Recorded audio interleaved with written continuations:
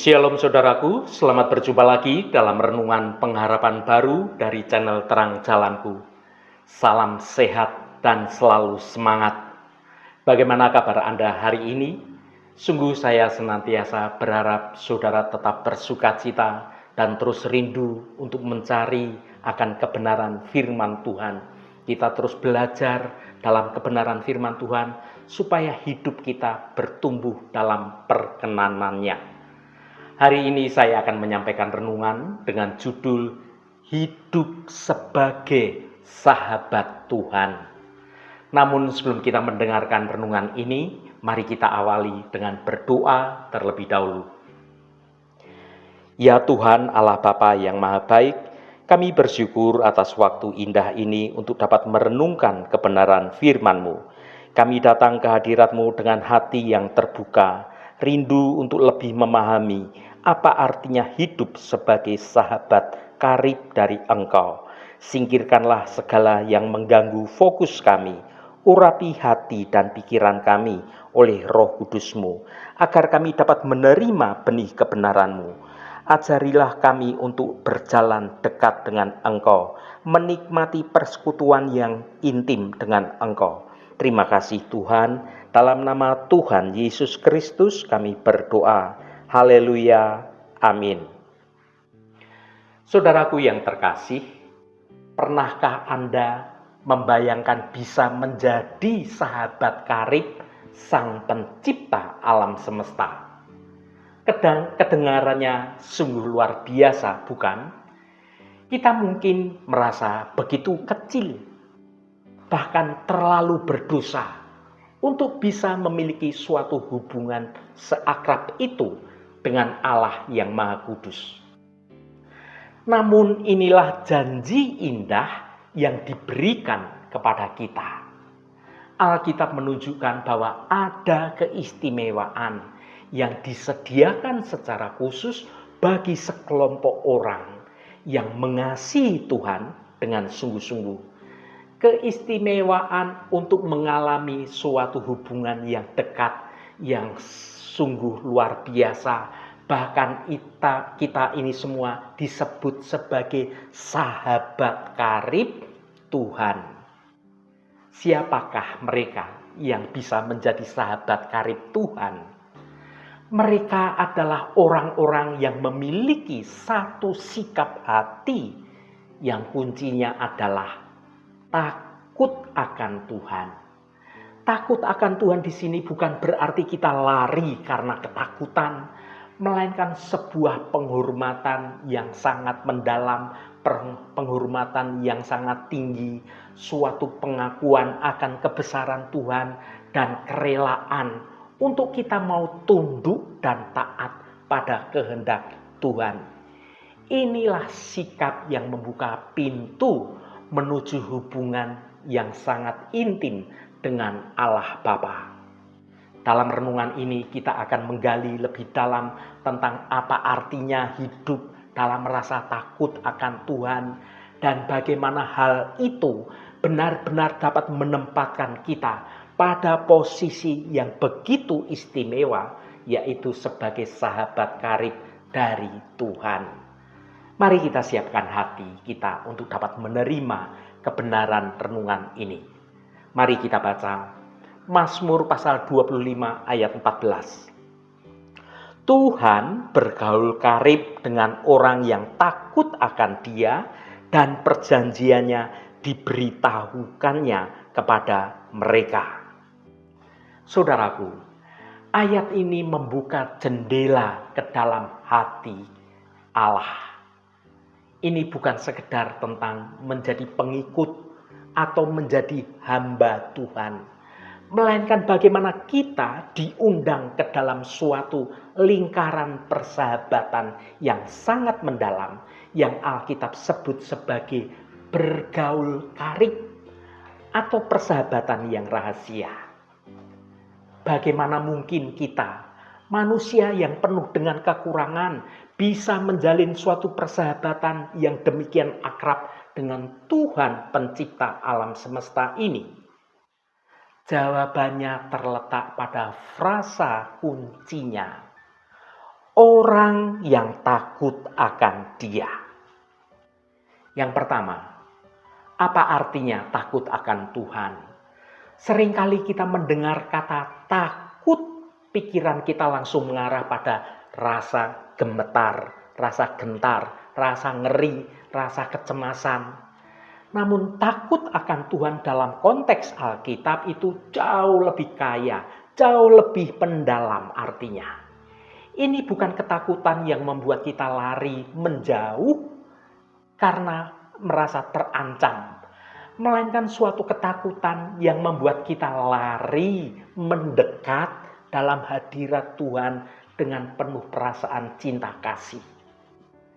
Takut akan Tuhan adalah yang pertama, penghormatan yang mendalam, mengakui keagungan, mengakui kekudusan, mengakui kuasa Tuhan yang tidak terbatas dan meresponnya dengan kerendahan hati kita.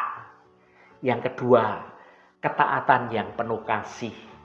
Rasa hormat sedemikian rupa sehingga kita sangat berhati-hati untuk tidak menyakiti hatinya Tuhan dengan dosa-dosa kita atau dengan perbuatan-perbuatan kita yang salah atau kita melanggar perintah-perintah Tuhan.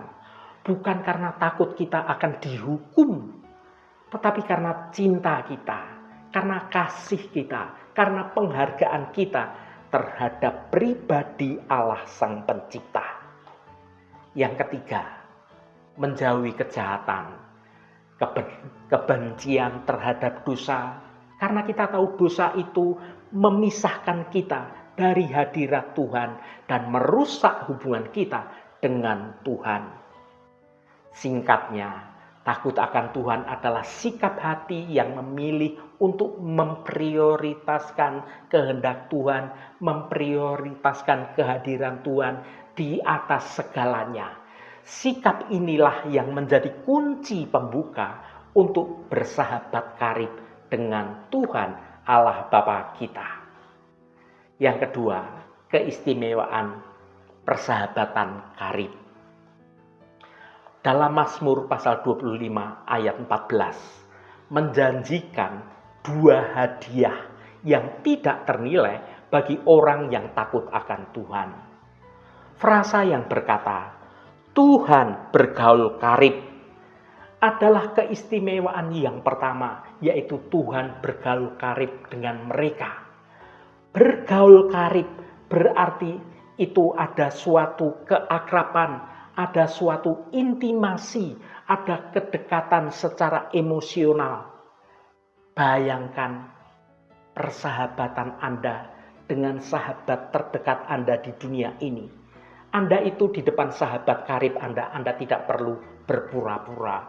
Anda dapat berbagi rasa, berbagi rahasia, berbagi perasaan, berbagi suka maupun berbagi duka. Dan kehadiran mereka, sahabat itu, membawa kenyamanan dalam hidup kita. Maka ketika Tuhan bergaul karib dengan kita, artinya yang pertama, kehadiran yang nyata. Kita mengalami kehadiran Tuhan bukan hanya saat kita di gereja, tetapi sungguh-sungguh dalam kehidupan kita sehari-hari. Yang kedua, doa yang intim. Doa bukan sekedar lagi suatu daftar permintaan yang formal, tetapi suatu percakapan dari hati ke hati dengan jujur, dengan tulus, dengan nyaman kita berbicara terbuka. Yang ketiga, kekuatan dalam kelemahan. Di saat kita jatuh, kita tahu ada sahabat karib yang tidak akan menghakimi kita, yang siap menopang kita dan siap memberi kekuatan kepada kita.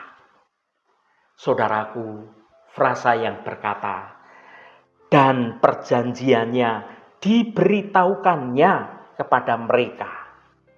Ini adalah keistimewaan yang kedua, yaitu perjanjiannya diberitahukannya kepada mereka.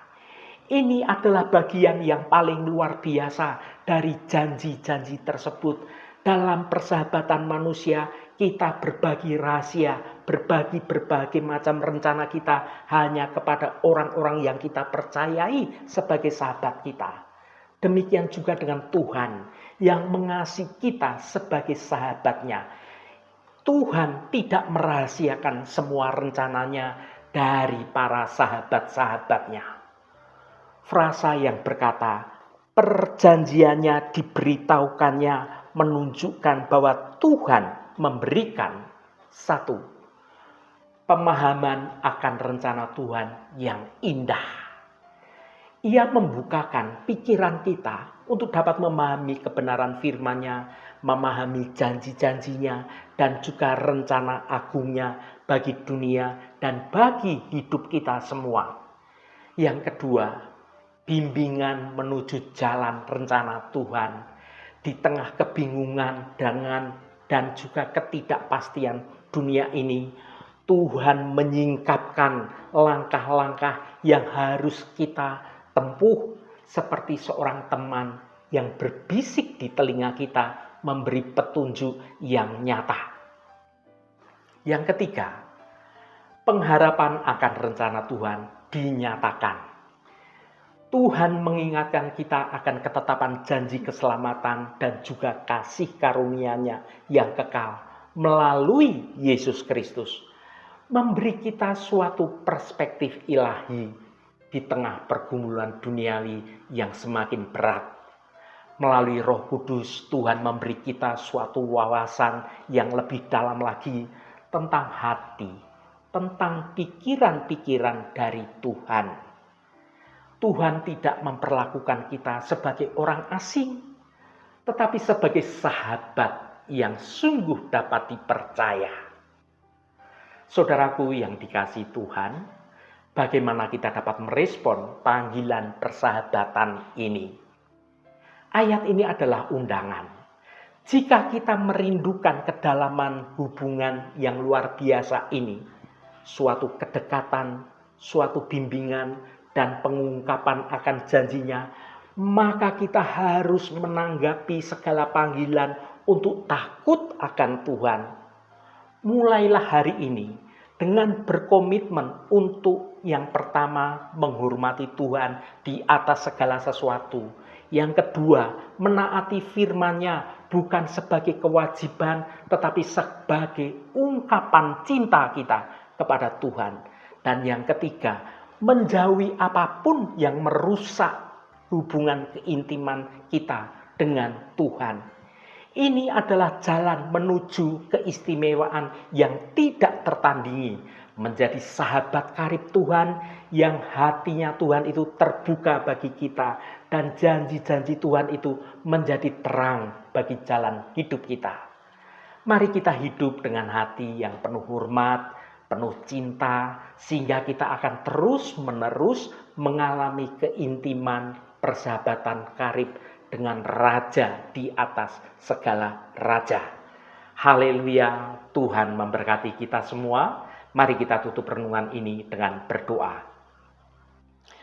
Ya Bapa kami yang penuh kasih, kami datang di hadapan-Mu dengan hati yang bersyukur. Firman-Mu hari ini mengingatkan kami akan keistimewaan yang luar biasa. Engkau bergaul karib dengan orang yang takut akan Engkau. Tuhan, ajari kami untuk memiliki rasa takut yang benar, bukan ketakutan yang membuat kami lari menjauh dari Engkau, melainkan suatu rasa hormat dan ketaatan yang membawa kami semakin dekat pada Engkau. Kami rindu untuk menjadi sahabat-Mu, tempat Engkau membuka hati dan rencana-Mu.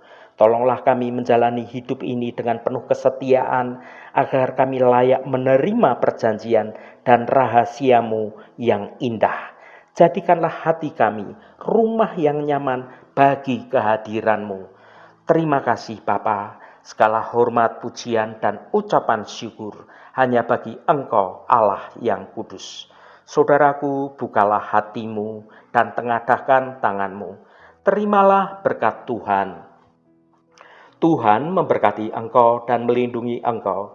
Tuhan menyinari engkau dengan wajah-Nya dan memberikan kasih karunia. Tuhan menghadapkan wajah-Nya kepadamu dan memberikan damai sejahtera.